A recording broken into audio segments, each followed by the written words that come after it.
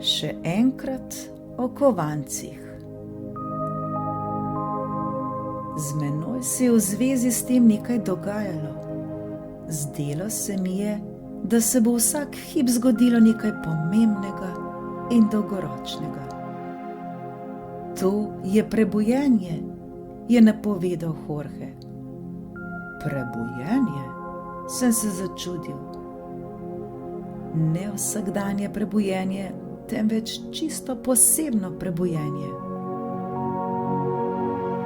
Ko mi tole pripoveduješ, imam občutek, kot da si v posteli in skozi okno gledaš, kako se dani. Vidiš, da vzhaja sonce in veš, da je čas. A kljub temu še za trenutek poležiš. Da, točno tako se počutim. Dobro, pomiri se, skoraj vsi se kdaj pa kdaj tako počutimo. O, veseli me, da se to ne dogaja samo meni. Čeprav je trpljenje mnogih, saj poznaš pregovor, trpljenje mnogih je tolažba za bedake. Kako prevzetni so ljudje. Res ga poznam, toda izvorno se je glasil drugače. Trpljenje mnogih, tolažba vseh. Res? Res, samo nadutost lahko označi za bedake tiste, ki bolečino raje delimo z drugimi, kot pa da jo prenašamo sami. Dobro, kajti zdaj se počutim malo manjšega bedaka. Mislil sem, da sem neumen, ker sem se znašel v tem položaju. Ne, zato še nisi bedak, se je pošalil Bajsi. Dovolj, prav, dovolj je. Vedi, da se meni sploh ne zdiš bedast, pa tudi ne zmeden. Pač nočeš sprejeti dejstva, da se na nekaterih področjih razvijaš hitreje kot na drugih in ne veš, da je to normalno. Nihče ne razvija hkrati vseh svojih delov. Človek je lahko v nekaterih pogledih zrel, v drugih pa manj. To je normalno. Zato sem uporabil primerjavo s prebujenjem. V resnici se velikokrat, zelo velikokrat prebudimo.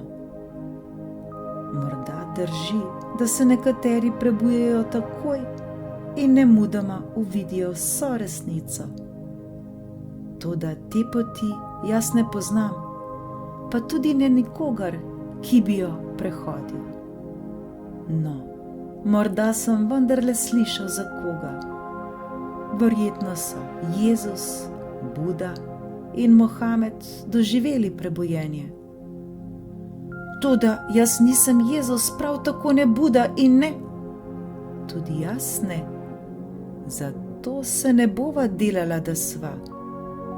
Ne bova kroga 99 skovancev prenesla na prebujenje.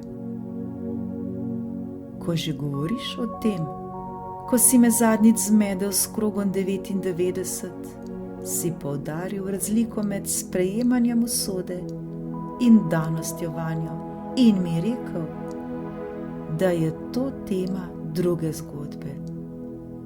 Mi jo poveš danes? Zakaj pa ne?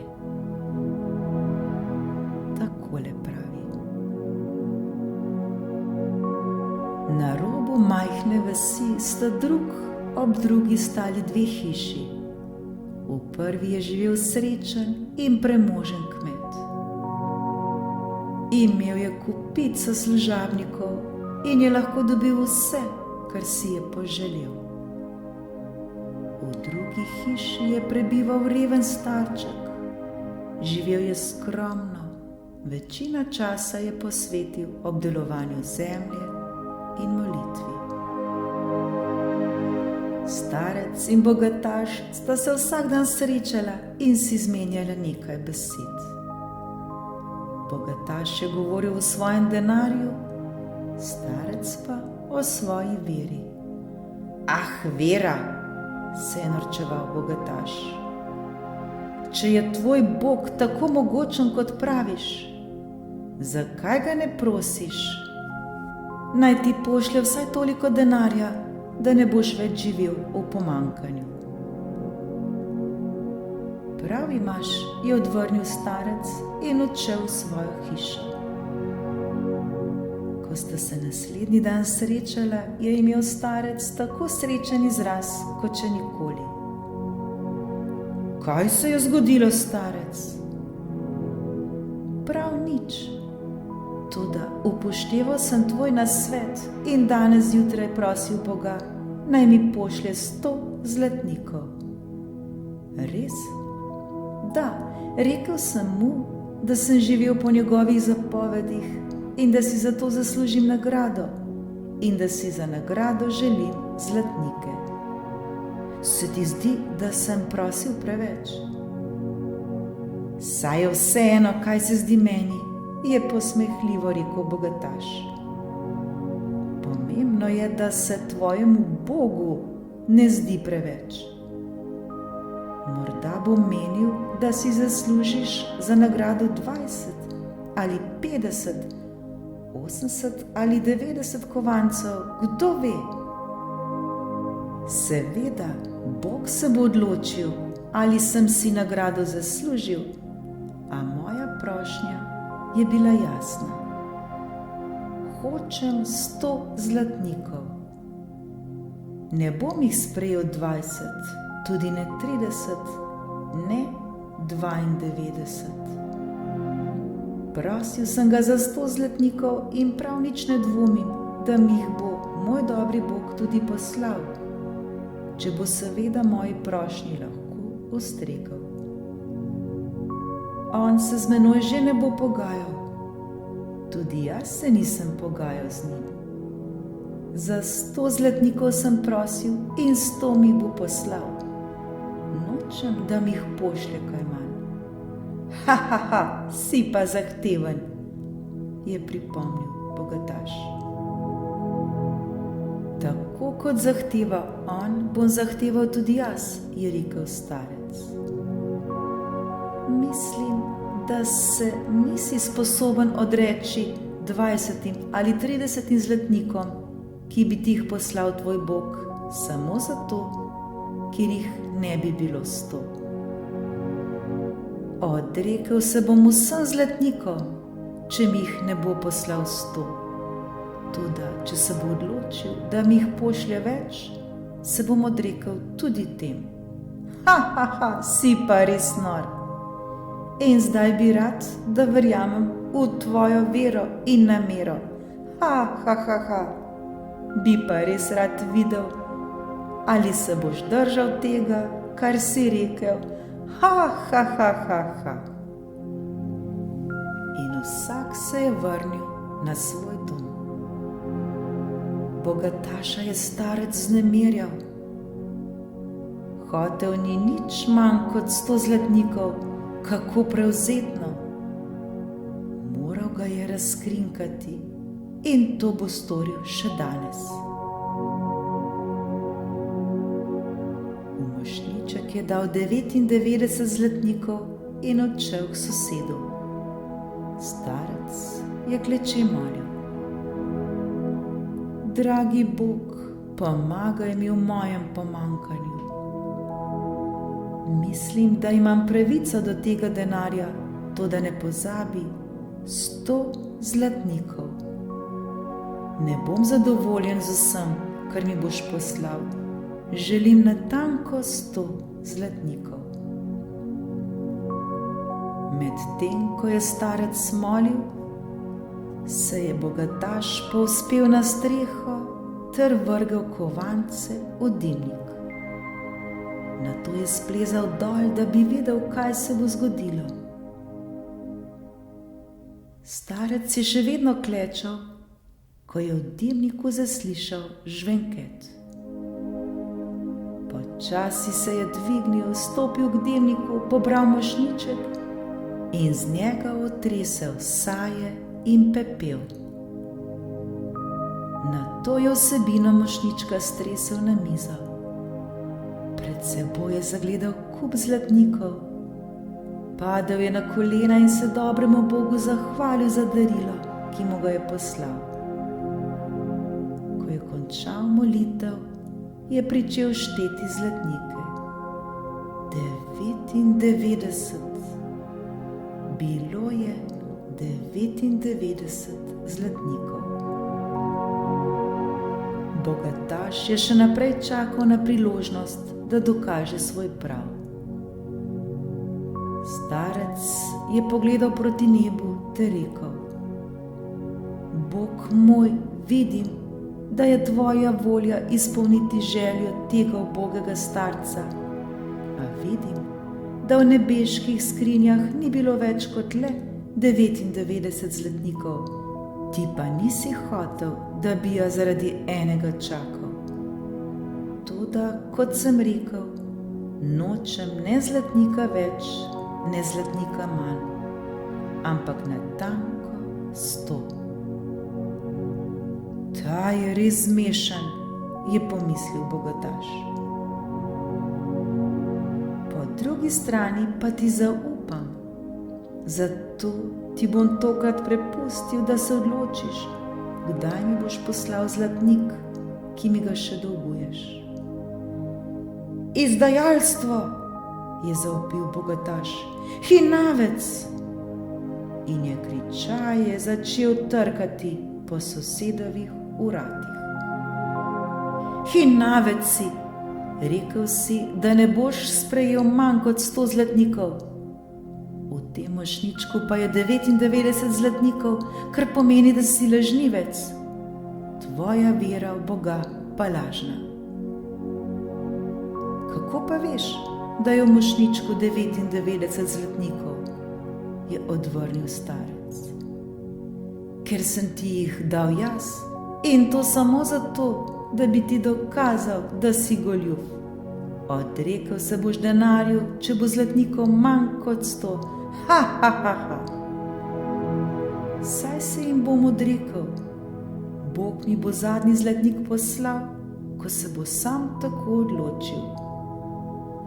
On ti ne bo poslal ničesar, kajti, kot sem ti rekel, ta denar sem ti dal jaz.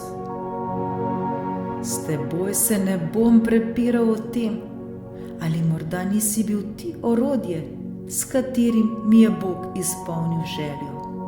Kajti res je, da je ta denar med molitvijo padel v moj dimnik, zato je moj. Na bogataševem obrazu se je namesto nasmeška pokazala jeza. Kako to misliš, da je tvoj? Ta mošnjiček in ta denar sta moja, jaz sem ti jo dal. Božji nameni so človeku nedoumljivi, je odvrnil starec. Preklet bodi ti in tvoj Bog. Vrni mi denar, ali pa te bom tožil in boš izgubil še to, kar imaš. Moj edini sodnik je Bog, a če imaš v mislih vaškega sodnika, ga lahko prosiva, naj odloči. Dobro, potem pa pojdiva. Počakati boš moral, da si kupim kolesel, ki ga zdaj nimam.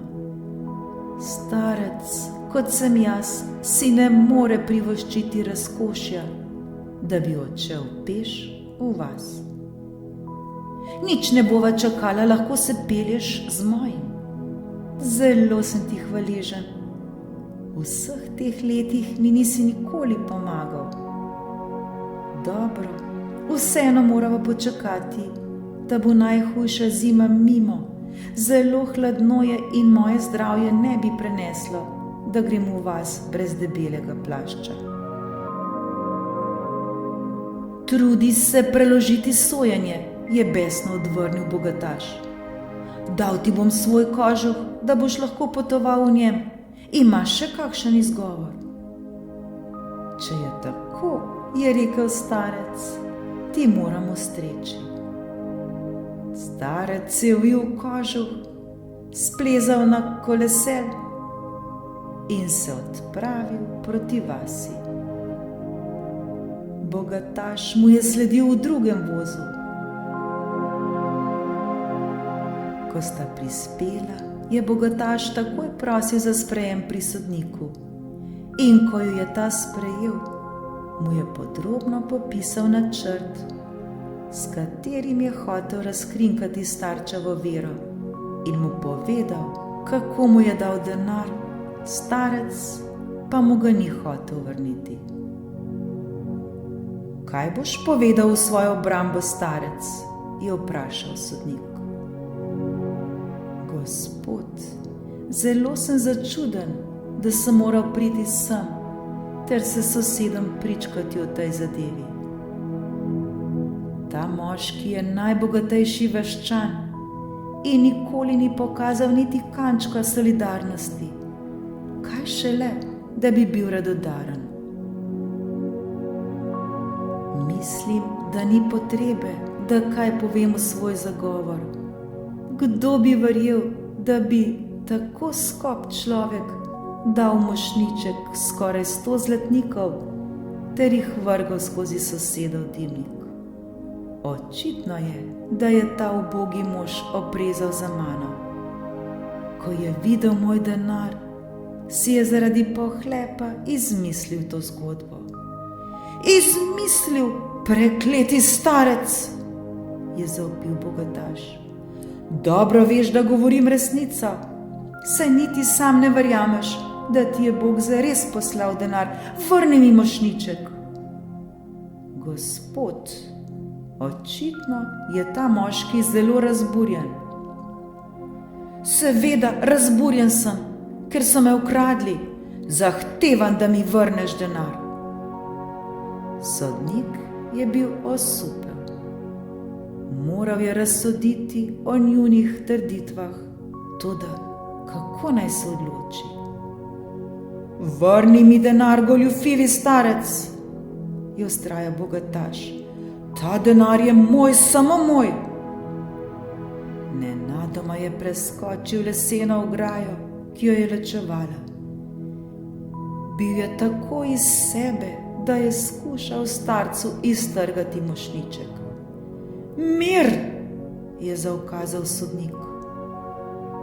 Vidite, gospod sodnik, pohlep ga je povsem obnorel. Prav nič se ne bi čudil, če bi, ko bi dobil mošnjiček, začel trditi še, da je tudi kolesel, s katerim sem prišel njegov. Seveda je moj, je hitro rekel bogataš, posodil sem ti ga. Vidite, gospod, zdaj pa manjka samo še to, da bo rekel, da je tudi lastnik mojega plašča. Seveda sem lastnik tega plašča, je že čisto iz sebe zakričal bogataš. Moje, moje, vse to je moje, mošnjiček, denar, kolesel, plašč, vse je moje, vse. Počakaj, je rekel sodnik, ki ni imel več nobenih dvomov. Kaj ti ni nič nerodno, da hočeš ubogemu starcu pobrati še tisto, kar ima? Toda! Nič toda. Navaden pohlepnež si in koristoljubnež, je nadaljeval sodnik. Ker si skušal ogoljufati ubogega starca, te bom obsodil na teden ječe in na plačilo 500 zlatnikov odškodnine. Sodnik, oprostite, je rekel starec. Lahko nekaj rečem? Da, izvoli. Mislim, da ga je izučilo. Kljub temu, da je moj nasprotnik, vas prosim, da ga oprostite ječe ter mu dovolite le plačilo simbolične kazni. Zelo velikodušen si, Kaj predlagaš? 100 zlatnikov? 50? Ne, gospod sodnik, mislim, da bo 1 zlatnik dovolj. Sodnik je s kladivom udaril po mizi in razsodil. Ne zaradi mnenja sodišča, pač pa zaradi velikodušnosti tega starca, obdolžencu nalagamo simbolično kazen v višini 1 zlatnika, ki jo mora plačati takoj. Protestiram, je rekel bogataš, ugovarjam. Razen, če obsojenec želi zavrniti velikodušno ponudbo tega dobrega človeka in bi raje sprejel manj dobrohotno razsodbo sodišča. Bogataš je poklepano vzel zlatnik in ga dal starcu. Zadeva je končana, je rekel sodnik. Bogataš je stekel k svojemu vozu ter pobegnil iz vasi. Sodnik je pozdravil starca in se umaknil. Starec pa je pogledal proti nebu ter rekel: Hvala, hvala Bog, zdaj mi res ne dolguješ ničesar več. Demijan, morda imaš šele zdaj vse, kar potrebuješ, da boš lahko doumel vdanost in boj. Kot je rekel Bajsi, eno je sprejeti svojo usodo, drugo pa vdati se vanjo.